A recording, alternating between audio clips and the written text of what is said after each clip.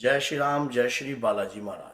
कौन सी शक्ति ऐसी है जो सबसे पहले हमारी प्रार्थना सुन लेती है, ताकि जब हम मुसीबत में होते हैं या परेशान होते हैं, ऐसी कौन सी शक्ति है जिसकी हमें कंटिन्यू पूजा करनी चाहिए और उस शक्ति को हमेशा प्रसन्न रखना चाहिए।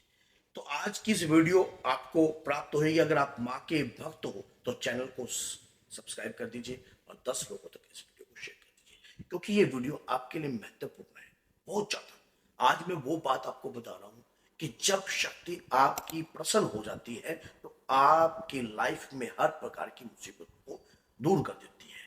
और कौन सी शक्ति सबसे ज्यादा शीघ्र प्रसन्न होती है? सबसे पहली मैं बात कर रहा हूं कुल की शक्ति। जैसे कि कुल की शक्ति में कुल के देवता भी हो सकते हैं, कुल की देवी भी हो सकती है। अब आप कहोगे कि गुरुजी ऐसा कैसे? क्या हमारे इष्ट की शक्ति जल्दी प्रसन्न नहीं होती? अगर आप हम हनुमान जी के भक्त हैं या माँ दुर्गा के भक्त हैं या माँ काली के भक्त हैं, तो क्या वो शक्ति हमारी शीघ्रता से प्रसन्न नहीं होती? देखिए, शक्ति जो होती है, अगर आप माँ दुर्गा के भक्त हो, तो अगर आपकी कोई कुल देवी है, तो अगर कुल के अंदर उस शक्ति की आराधना हुई है या उस शक्ति की पूजा हुई है, तो आप समझ लेना कि आपके परिवार के अंदर कोई ऐसी शक्ति जरूर है जिसने उस शक्ति की आराधना करी है। और अगर आप अपनी कुल की शक्ति को जागृत करोगे तो आपकी कुल देवी शीघ्रता से प्रसन्न होकर आपके समस्त कार्य को बना सकती है। अब आप समझ में अभी आपको पूर्ण रूप से नहीं आया होगा, लेकिन मैं समझाने की पूर्ण रूप से आपको प्रयास करता हूं। जैसे मान लीजिए एक भक्त है जिसका नाम है राम प्रसाद। राम प्रसाद ने अपनी, ये आपकी तीसरी पीढ़ी पहले की बात कर रहा हूं, अपनी तीसरी या चौथी पीढ़ी पहले माँ दुर्गा की अटूट आराधना करी है या माँ शीतला की, माँ काली की पूजा करी है अटूट। और अपने जीवन के 50 साल 60 साल माँ दुर्गा के चरणों में अर्पित कर दिए।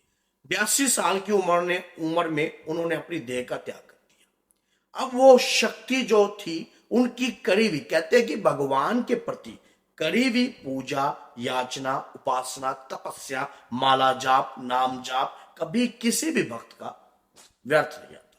और जो भक्त जिस भी शक्ति की आराधना करता है, मरने के उपरांत उसी शक्ति को प्राप्त होता है। अब राम प्रसाद यादव जी ने पूजा करी, काफी लंबे समय से करी। अब वो पूजा तो अगली पीढ़ी में बरकरार चलनी चाहिए थी। अगली पीढ़ी में उनका पुत्र आ जाता है, वो पूजा करता है। जैसे राम प्रसाद यादव थे, भक्ति पूर्ण रूप से समर्पण कर दी, अपने जीवन को समर्पण कर, लेकिन उनका पुत्र पूर्ण रूप से जो है ये चीज रखता है, क्योंकि मेरे पिताजी जो है भक्त थे और उन्होंने अपने पिताजी को भक्ति करते हुए देखा है, तो उनका पुत्र भी बरकरार रखता है, दीप ज्योति बाती माता की नाम से पूजन करता है। अब अगली पीढ़ी आती है, उससे अगली पीढ़ी जब आती है तो वो अपने पुत्र को बताता तो है कि कुल देवी की पूजा करनी अनिवार्य है, लेकिन अगला पुत्र जो है उसने अपने पिता को उस रूप से भक्ति करते हुए नहीं देखा जिस रूप से करने चाहिए। फिर वो क्या करता है, अगली पीढ़ी वाला जो है सिर्फ नाम की भक्ति करता है और प्रॉपर रूप से भक्ति नहीं करता। अब राम प्रसाद ने जो धन अर्जित किया था, धन पता है कौन सा? भक्ति रूपी धन, जो पीढ़ियों में चलता है, जो पीढ़ियों में तपस्या कर कर, हमारी करीबी तपस्या हमारी पीढ़ी को फलदायक बनाती है। हमारी पीढ़ी में अगर शक्ति की आराधना की जाती है तो ये बरकरार दूर तक रहता। अब अगली पीढ़ी वाला जो है उसने उतनी भक्ति करी जितनी उसने अपने पिता को देखा। अब उसने करी नहीं तो उसके पुत्र ने वो चक्कर विदेश भेज दिया या कहीं भेज दिया। अब ऐसे बच्चे को डिप्रेशन आने लग गया, शरीर में पीड़ा उत्पन्न होने लगी, तनाव उत्पन्न होने लग गया, सामाजिक तौर पर वो व्यक्ति परेशान होने लग गया, क्योंकि उसको कुल देवी की शक्ति के बारे में अवगत ही नहीं करवाया, ना कुल के देवता की शक्ति के बारे में अवगत कराया। अब वो सोचता है कि कहीं ना कहीं जो है, उसकी पत्नी सोचती है हमारे ऊपर तंत्र हो गया है, हमारे ऊपर जो है प्रक्रिया हो गई है। उसको समाज में ये नहीं पता लगा कि आप अपनी कुल की शक्ति राम प्रसाद यादव को तो भूल ही गए हैं। अब एक बात बताइए, माँ दुर्गा की आप भक्ति कर रहे हो, आप ही लगा लीजिए, आप अपने ऊपर एग्जाम्पल ले लीजिए, आप माँ दुर्गा की भक्ति कर रहे हो, क्या आपकी करी हुई भक्ति व्यर्थ जा सकती है? माँ आपको पूजनीय नहीं बनाएगी?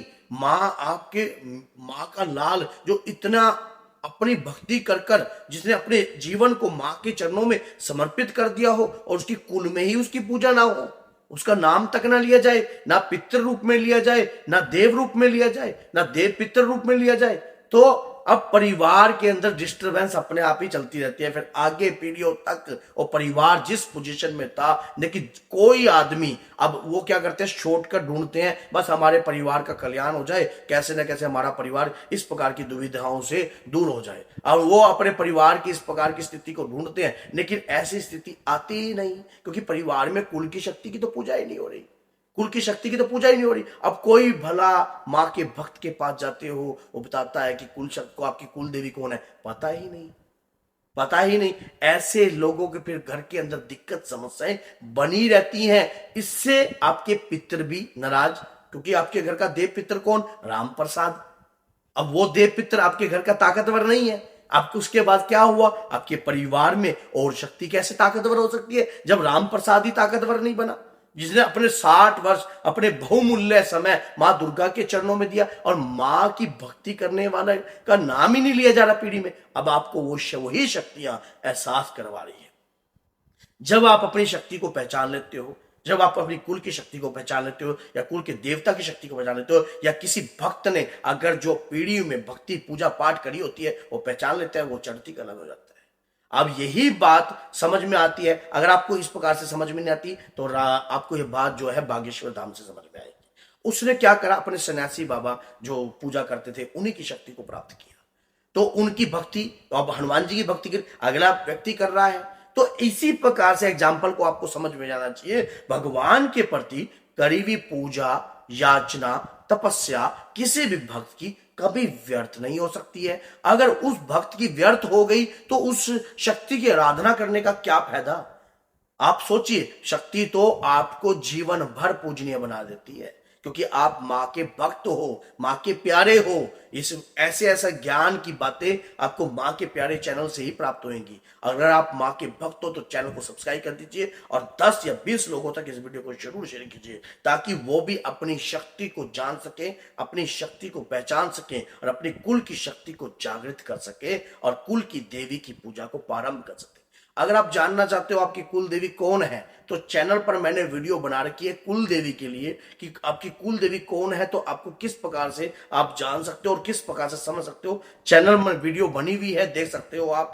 और कुल देवी को कैसे प्रसन्न करते हैं, कुल देवी की कृपा को कैसे प्राप्त करते हैं, इस मां के प्यारे चैनल पर आपको सारी जानकारी स्टेप बाय स्टेप पूर्ण डिटेल के अनुसार आपको प्राप्त हो जाएगी।